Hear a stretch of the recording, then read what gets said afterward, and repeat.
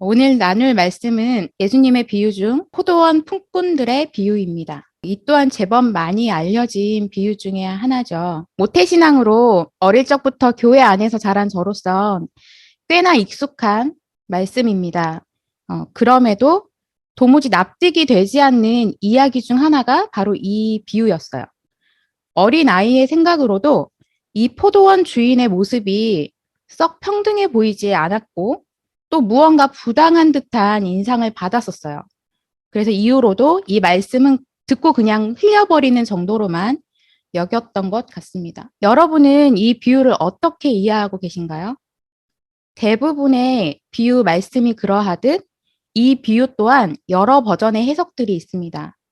이 비유에 대한 해석 중에 대표적인 몇 가지를 좀 나열을 해보겠습니다. 첫 번째로 하나님께서 인간을 부르시는 구원의 과정을 보여주는 알레고리적 비유로 해석하는 예인데, 여기서 알레고리란 운유법과 유사한 표현 기교라고 할 수 있는데, 운유법이 하나의 단어나 하나의 문장과 같은 작은 단위에서 구사되는 반면 알레고리는 이야기 전체가 하나의 총체적인 은유법으로 관철되어 있다는 그런 차이점이 있습니다. 이 비유를 이와 같은 알레고리적으로 해석한 대표적인 예로 바로 이렇게 해석을 하는 거예요. 아침 6시에 부름받은 품꾼들은 아담부터 노아 시대의 사람들, 또 9시에 부름받은 자들은 노아 시대부터 아브라함 시대까지 부름받은 자들, 또 오후 6시에 부름받은 자들은 모세부터 여호수아 시대까지 부름받은 자들로, 또 마지막 오후 5시에 부름받은 자들을 그 이후 그리스도 시대까지 부름받은 자들로 보는 것입니다. 그리고 포도원 주인은 하나님으로, 데나리오는 구원으로 해석하는 거예요. 두 번째 경우는 행위나 공로를 통한 구원관을 깨뜨리고 오직 믿음과 은혜를 통한 구원을 강조하는 것으로 해석하는 거예요.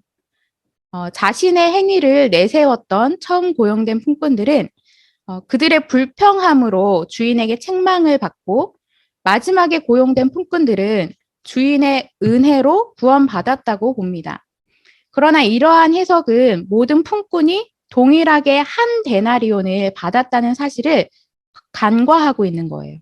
즉, 주인은 분명히 처음에 고용되어 하루 종일 일한 그 사람에게 너에게 주어진 것을 가지고 가라 라고 말했는데, 이는 그 또한 한 데나리온, 즉 구원받았음을 의미합니다. 그렇다면 이러한 해석은 결국 은혜 구원과 마찬가지로 행위 구원도 용납하는 것이 되고 말죠. 세 번째는 아침부터 일한 사람은 하루 종일 적당히 일했고 쉬어가면서 꾀를 부리면서, 반면에 5시에 고용된 사람은 1시간 동안 최선을 다해 일했기 때문에 전체적으로 보아 그들의 일한 양은 모두 동일하다라고 보는 거예요. 그렇기 때문에 주인이 한 데나리온을 똑같이 준 것은 정당하다고 옹호하기도 합니다. 또 네 번째는 아침부터 고용된 사람은 하루 종일 일하면서 주인의 포도를 마음껏 먹어 주인의 재산을 축낸 반면에 마지막 1시간만 일한 사람은 포도를 먹을 시간조차 없었고 따라서 주인의 재산에 전혀 손해를 끼치지 않았다. 그렇기 때문에 주인이 마지막 일한 사람에게도 한 데나리온을 준 것은 정당하다고 보는 입장도 있어요. 좀 황당하죠. 이 세 번째, 네 번째 해석의 문제점은 해석자가 성경 본문의 지배를 받으려고 하기보다는 오히려 해석자 자신의 생각을 성경 본문에 가져가서 억지로 집어넣어 끼워 맞추려는 데 있다는 거예요. 거듭 말씀드리지만 예수님의 비유를 이해할 때 예수님이 사셨던 시대와 문화권으로 가서 그 시대와 그 문화권에서 비유를 해석하는 것이 올바른 비유 해석 방법입니다. 예수님의 비유를 우리의 문화권으로 옮겨와서 가져와서 우리의 문화로 옷을 입혀 현대화하지 않도록 주의해야 한다는 거예요. 오늘 다루는 포도원 품꾼들의 비유 또한 오늘날의 근로기준법이나 경제 원리, 상식 등에 따라 해석하려 해서는 안 된다는 것입니다. 우리가 예수님의 비유를 올바르게 해석하기 위해서는 먼저 비유 본문 그 자체와 그리고 문맥에 충실해야 합니다. 우선 비유 본문 자체를 살펴보도록 할 텐데 이 비유는 서론 20장 1절 상반절 그리고 본론 1절 하반절부터 15절까지 그리고 결론 16절로 구성되어 있습니다. 하늘나라, 곧 천국은 자신의 포도원의 일꾼들을 고용하기 위해 나간 포도원 주인의 모습과도 같다라는 서론은 비유의 중심 주제가 천국, 곧 하나님의 나라라는 사실을 밝혀주고 있습니다. 본론은 포도원 주인이 품꾼, 일꾼들을 고용하여 자기 포도원에서 일하도록 하고 그리고 품삯을 고용된 순서와는 정반대의 순서로 지불하는 한편의 이야기를 보여주고 있습니다. 결론은 본론의 이야기와 연관시켜 이와 같이 나중된 자로서 먼저 되고 먼저 된 자로서 나중되리라 라는 예수님의 말씀으로 끝을 맺고 있습니다. 이제 본 비유의 본론을 좀 볼 텐데 이 본론은 세 장면으로 이루어져 있습니다. 첫 번째 장면에는 먼저 자기 포도원에 필요한 품꾼을 찾기 위해서 이른 아침부터 장터에 인력시장에 나가는 포도원 주인이 소개되고 있습니다. 포도원 주인이 이른 아침 오전 6시 또는 그 이전부터 품꾼들을 찾기 위해 직접 나선다는 것은 매우 이례적인 것입니다. 예수님 당대에 여러 품꾼을 부릴 정도로 큰 규모의 포도원을 소유하고 있는 사람이라면 당연히 그를 대신하여 일 처리를 하는 청지기가 있었을 것이기 때문에 주인이 직접 나서지 않고 청지기를 보내어 품꾼들을 고용하는 것이 보통이었어요. 그런데 이 포도원의 주인은 아침 일찍부터 직접 품꾼들을 찾아 나섰던 겁니다.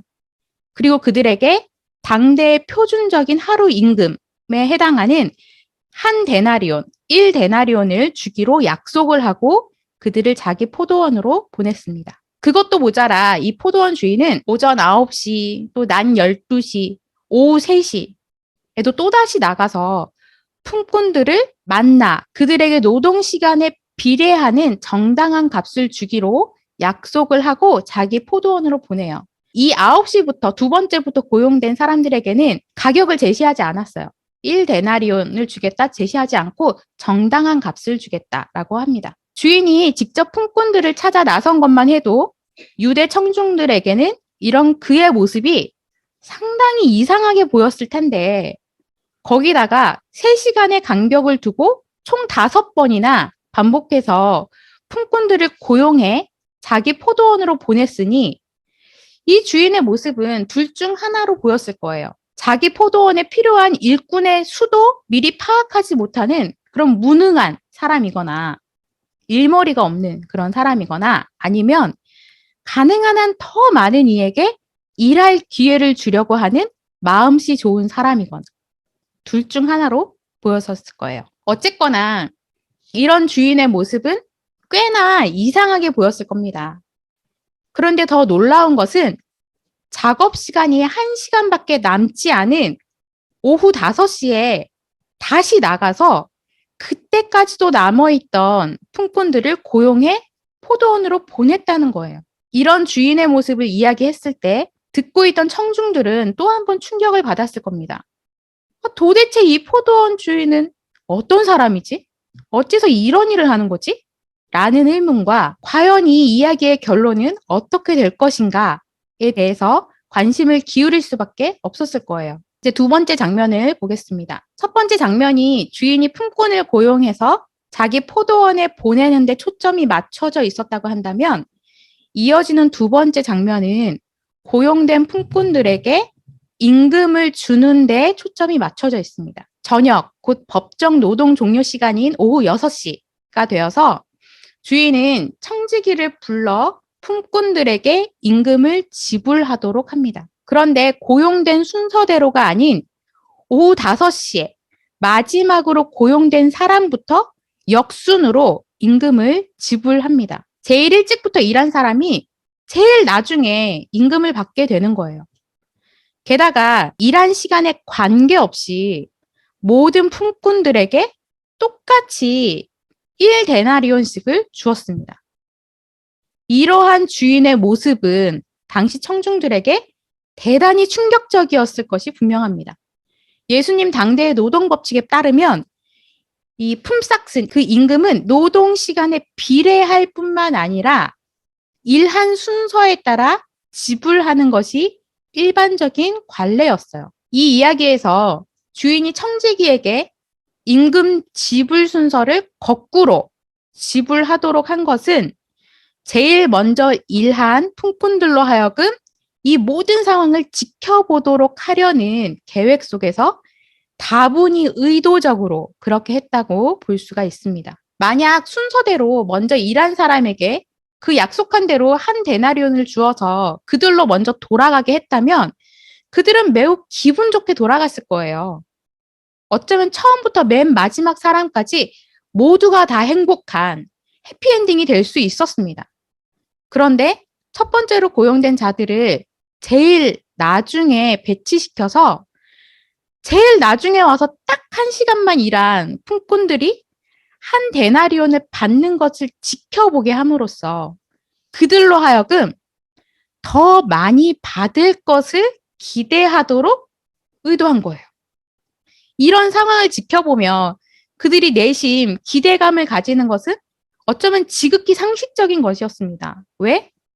상식적으로 임금은 노동 시간에 비례하기 때문이죠. 그러나 주인은 그들에게도 한 데나리온을 줬습니다. 비록 처음에 약속한 대로 한 데나리온을 받기는 했지만 더 받을 것이라는 기대감은 와르르 무너져 버렸고 그들은 실망할 수밖에 없었어요.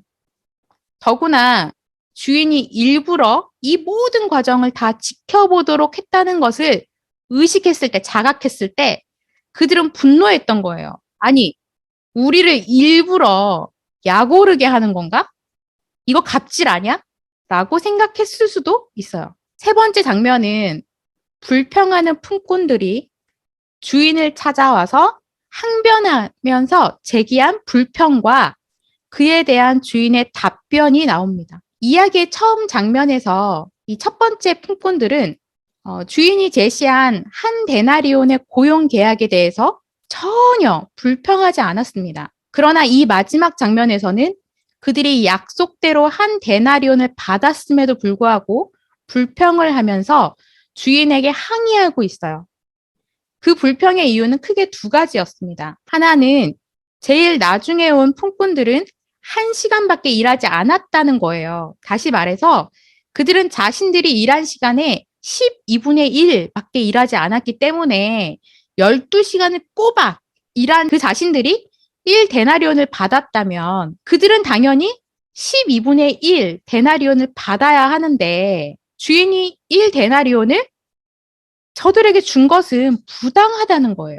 다른 하나는 주인이 그들에게 은혜를 베풀어 1데나리온을 주었으면 그 마지막 품꾼들에게 은혜를 베풀어서 1데나리온을 주었으면 종일토록 수고하고 더위를 견디면서 힘들게 일한 자신들에게도 동일하게 은혜를 베풀어 당연히 더 많이 주어야 하는데 저들과 똑같이 1데나리온을 준 것이 부당하다는 거예요. 사실 그들의 불평은 그들의 입장에서나 예수님 당대의 사회 관습에 비추어 볼 때, 또 오늘날의 상식으로 볼 때 얼마든지 이해가 되기도 합니다.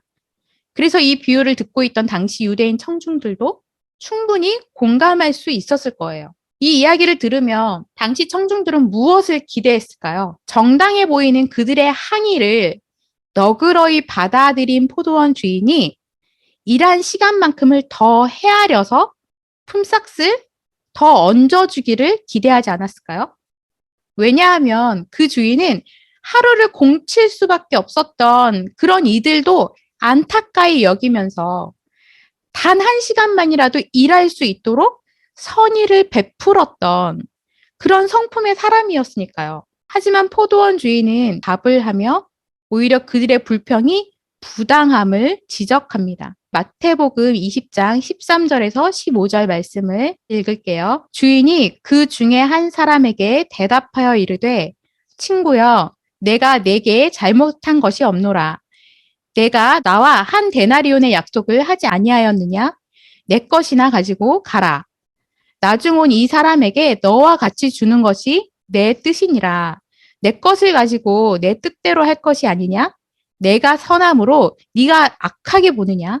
이와 같은 답을 통해 주인은 저들이 주인을 부당한 사람으로 간주하는 것은 분명히 잘못된 것임을 지적합니다. 실제로 주인은 원래 약속한 대로 그들에게 공정한 임금을 지불했어요. 처음에 그 계약 그대로. 그런데 저들이 주인을 불공정한 사람으로 간주한 것은, 그리고 저들이 스스로 부당한 대우를 받았다고 느낀 것은 주인이 저들에게 부당하게 대우했기 때문이 아니라 오히려 주인이 1시간만 일한 사람들에게 은혜를 베풀었기 때문이었습니다. 사실 주인이 맨 나중에 온 사람들에게까지 한 데나리온씩 준 것은 엄밀하게 따지면 주인이 손해를 본 거예요.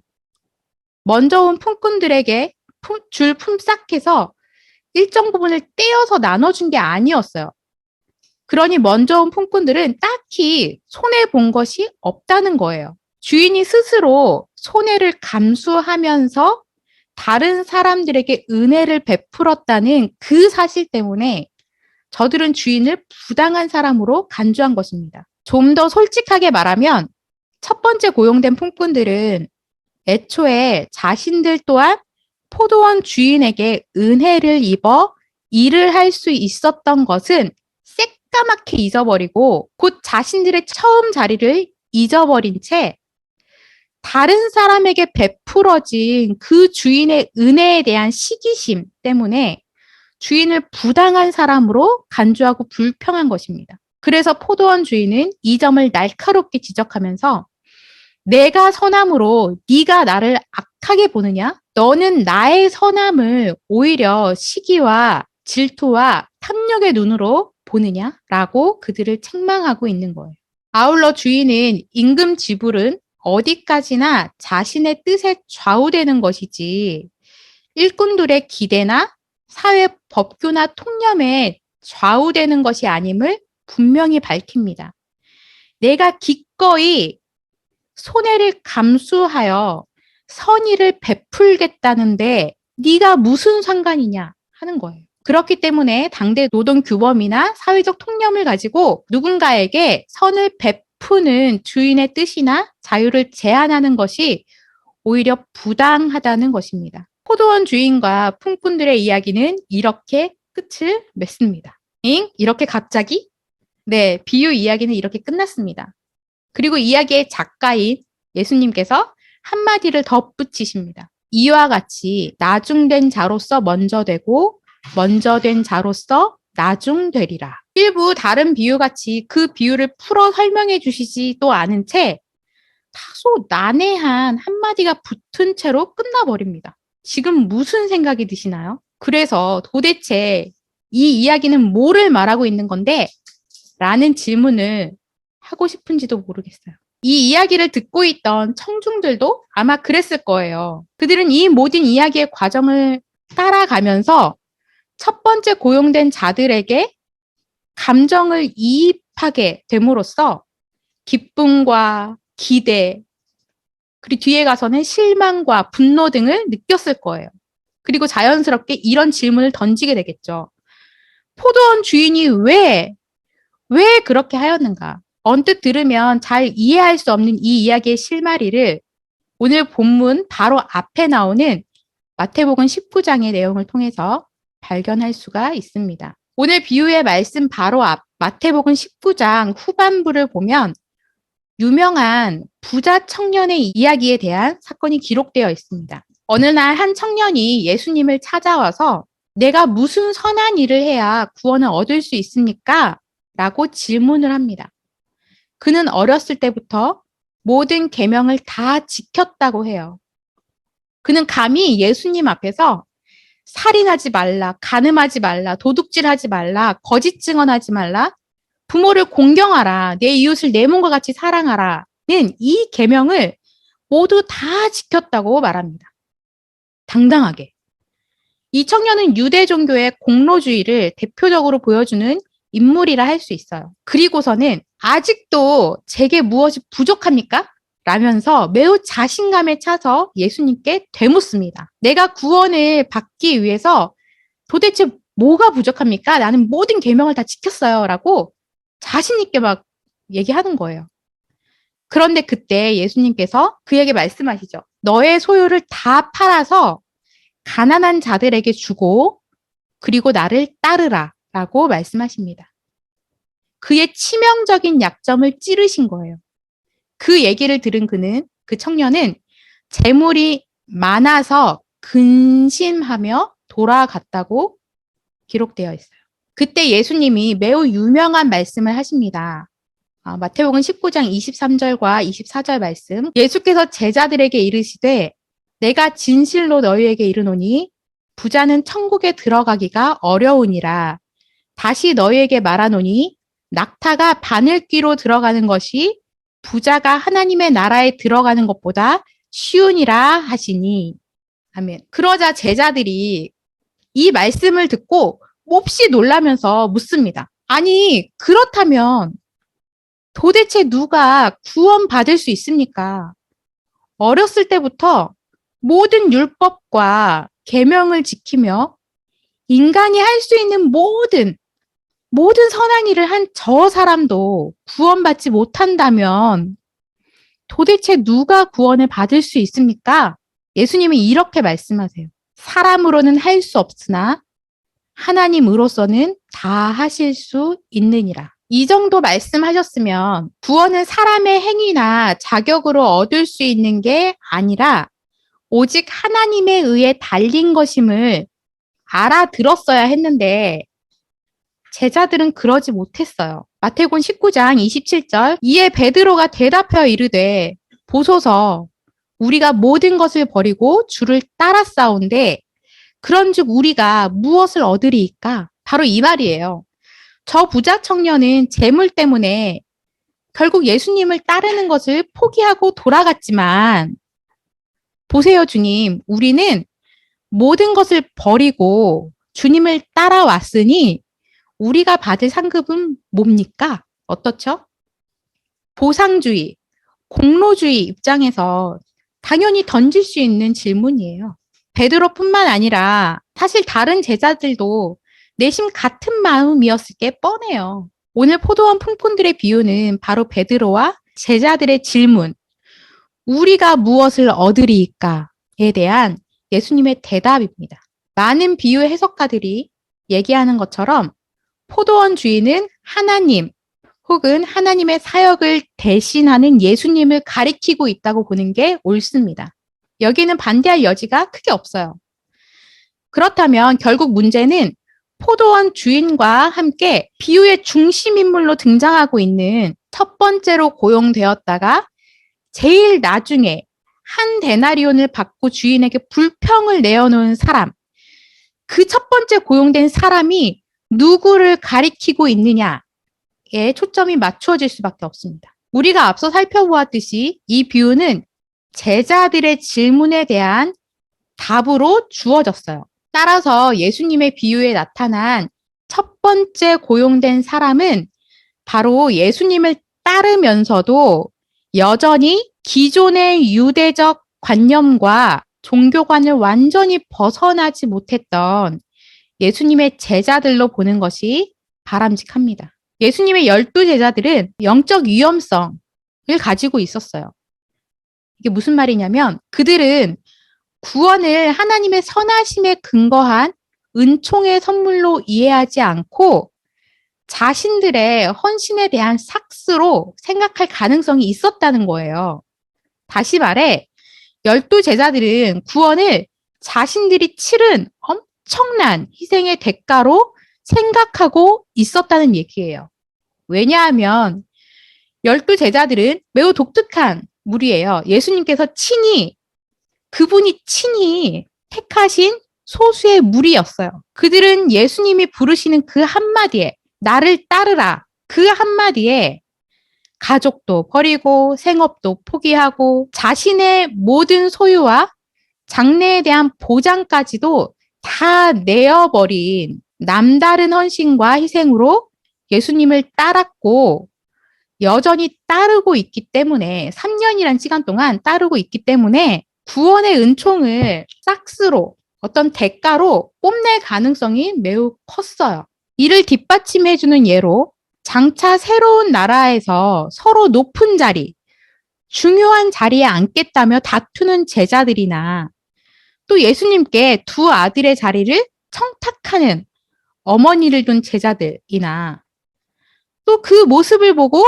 분히 여기는 다른 10명의 제자들의 모습이 이것을 증명해 줍니다. 이 비유를 통해서 예수님은 그의 제자들이 예수님을 따르면서도 여전히 버리지 못하고 있는 유대적 관념과 종교관, 특히 유대 종교가 가르치고 있는 보상주의, 공로주의의 위험성을 날카롭게 지적하고 있습니다.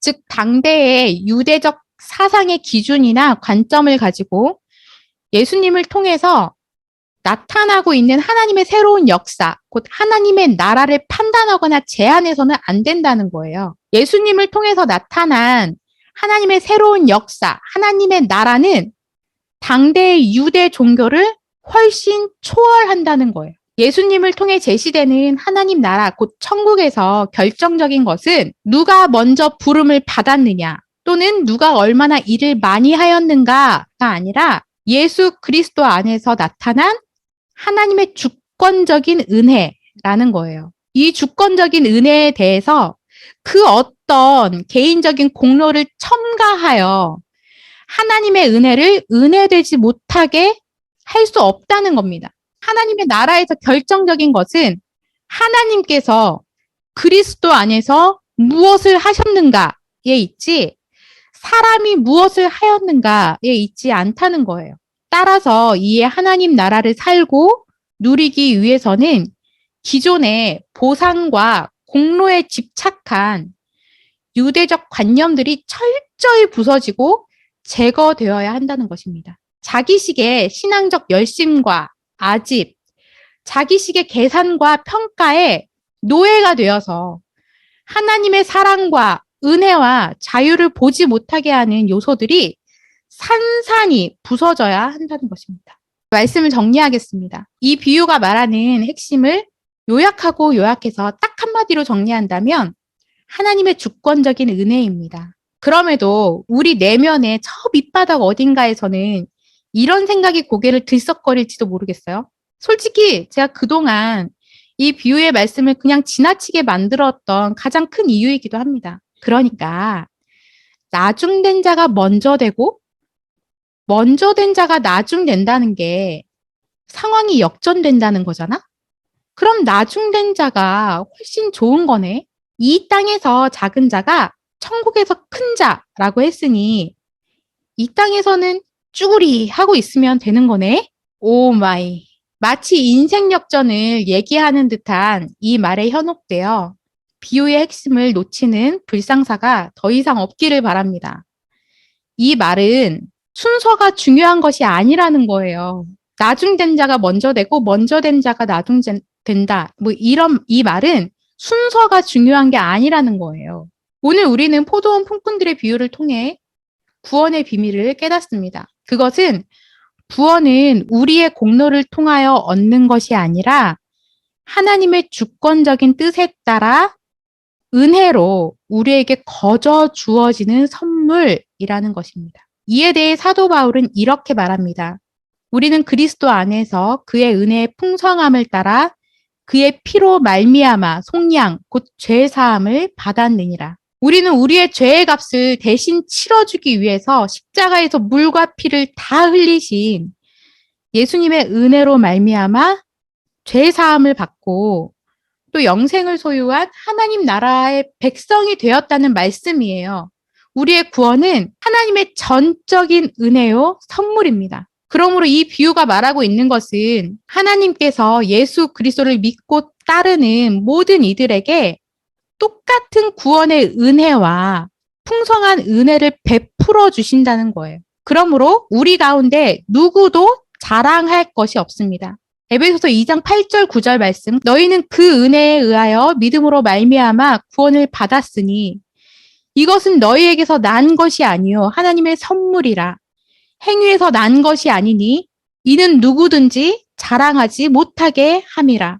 인생의 마지막 순간에 회개하고 죽은 예수님의 십자가의 그 강도는 오늘 네가 나와 함께 낙원에 있으리라 는 예수님의 말씀대로 천국에 들어가서 베드로나 요한 같은 제자들과 똑같이 영생을 누리고 있습니다. 저는 그렇게 믿어요. 그러므로 이 비유는 하나님의 선택을 받은 자, 하나님이 구원하시기로 창세 전부터 예정하여 부르신 자들은 이렇게 누구나 하나님의 한량없는 은혜를 온전히 받아 누리게 됨을 말씀하고 있는 것입니다. 하나님께서 우리에게 주신 이 구원은 우리의 노력이나 재능이나 혹은 일찍 믿는 것 등과는 아무런 관계가 없습니다. 나는 3대째 예수 믿는 집안의 모태신앙이야. 나는 성경을 몇 번 통독했고 40일 금식 기도를 몇 번 했고 나는 주님을 위해 안정적인 직업 갖는 것 그것까지 포기하고 이렇게 사역자로 살고 있어. 이런 것들은 아무런 관계가 없다는 겁니다. 오직 은혜입니다.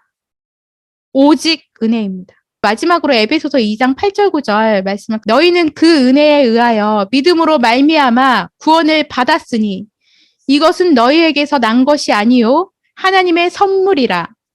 행위에서 난 것이 아니니 이는 누구든지 자랑하지 못하게 함이라. 아멘.